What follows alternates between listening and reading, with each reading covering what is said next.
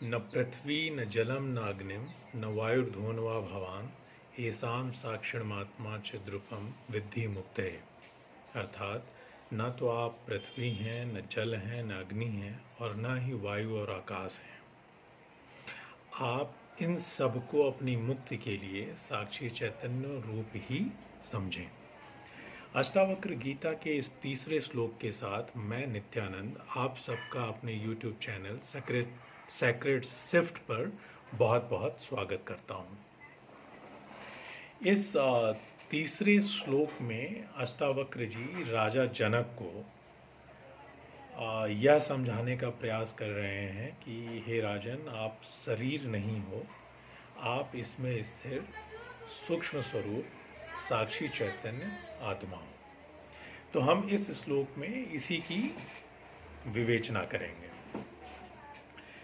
हम सब ने दूसरे श्लोक में यह देखा कि अष्टावक्र जी ने राजा जनक को यह बताने का और समझाने का प्रयास किया कि कैसे संसार में रहते हुए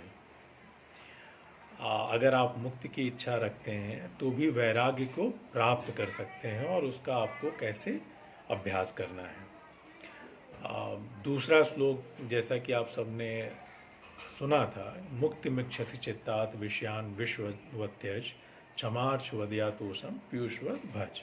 तो इस श्लोक में दरअसल उन्होंने वैराग्य को कैसे प्राप्त किया जा सकता है, उसका सिद्धांत क्या है, उसको बहुत सरल शब्दों में समझाया था। अब हम इस तीसरे श्लोक की व्याख्या को समझते हैं।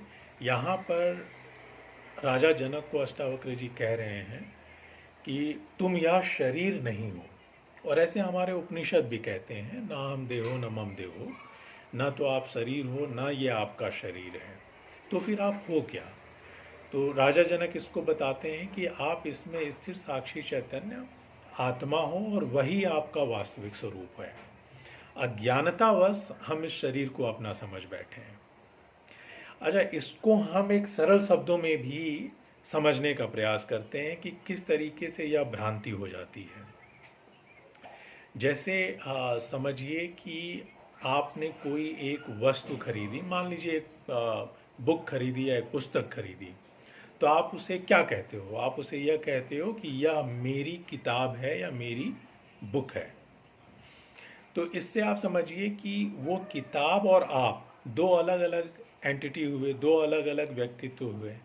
एक किताब हो गई और जिसको आप अपना कह रहे हो कि यह मेरी किताब है, यानी मैं और किताब दो अलग अलग हो गए।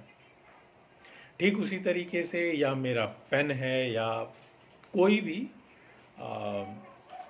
मटेरियलिस्टिक चीज़ या सांसारिक किसी भी चीज़ को आप संबोधन कर सकते हो जिसको आप स्वामित्व करते हो। तो आप बोलते हो कि यह भाई मेरा है, यह किताब मेरी है, पेन मेरा है, या मकान मेरा है, या मेरी ये कार है। तो कार और आप दो अलग अलग हो गए। अब ठीक उसी तरीके से अगर आप ये देखें कि आप ऐसे कहते हैं कि यह मेरा हाथ है, तो इसका मतलब हाथ और आप अलग अलग हो गए। यह मेरा सर है, तो इसका मतलब कि आप सर और आप अलग अलग हो गए। इस तरीके से आप इस शरीर को और शरीर के हर अंग से स्वयं को यह महसूस कर सकते हैं कि आप यह नहीं हो, आप कुछ और हो, और वह कुछ और ही आपका साक्षी चैतन्य आत्मा है, आत्मा स्वरूप है, और वही आपका मौलिक स्वरूप है। लेकिन अज्ञानतावश, या अज्ञानता ही तो है जिसके कारण हम इसको अपना समझ में बैठे हैं और ये मान के चल रहे हैं कि यही हम हैं। तो अष्टावक्र जी इसको आगे समझाते हुए कहते हैं कि यह शरीर जो है, यह शरीर तो 5 तत्वों से बना हुआ है, जिसमें पृथ्वी है, अग्नि है, जल है, वायु और आकाश है, और यह नश्वर है। जैसे ही यह जीवन खत्म होगा, मृत्यु होगी, यह शरीर भी नष्ट हो जाएगा। पर आप इसमें स्थिर साक्षी चैतन्य आत्मा हो जो कि इसके मरने के बाद भी जीवित रहेगी और अनवरत वह यात्रा चलती रहेगी आपकी। तो आप इस शरीर को छोड़ोगे, कोई और शरीर को धारण करोगे।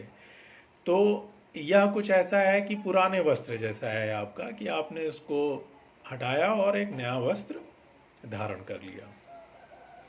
इस चीज़ को वह आगे भी समझाते हुए कहते हैं कि आपको ऐसे समझना है जैसे आप इस शरीर में, जो कि एक घर के समान है, इसमें रहने वाले आप स्वामी हो। उससे आपको ये समझ में आएगा, क्योंकि स्वामित्व इस शरीर का एक ऐसा सांसारिक व्यवहार में हिस्सा है जो हम बहुत आसानी से मान बैठते हैं। तो यह शरीर मात्र एक आपका घर है और आज आप इसमें रहने वाले स्वामी हो। इसके नष्ट हो जाने के बाद भी आप जीवित रहोगे, आप अपनी यात्रा को जारी रखोगे। तो बहुत ही सरल शब्दों में देखा जाए और बहुत स्पष्टता के साथ तीसरा श्लोक हमें अष्टावक्र गीता का यह समझाता है कि अज्ञानतावश जो हमने इस शरीर को ही अपना मौलिक शरीर समझ रखा है, यह तो नश्वर है, 5 तत्वों से बना है और अंततो गत्वा मृत्यु के साथ यह नष्ट हो जाना है। लेकिन जो मेरा मौलिक स्वरूप है, जो सूक्ष्म है, जो आत्मा है, वह अनवरत चलती रहेगी। वह इस शरीर को छोड़ दूसरे शरीर को धारण कर लेगी। तो इसी तीसरे श्लोक के साथ और इसकी विवेचना के साथ मैं उम्मीद करता हूँ कि यह आपको समझ में आया होगा और आप इस भ्रांति से अपने आप को दूर कर पाएंगे कि आप शरीर नहीं, आप साक्षी चैतन्य आत्मा हो। आप सबका बहुत बहुत धन्यवाद और नमस्कार।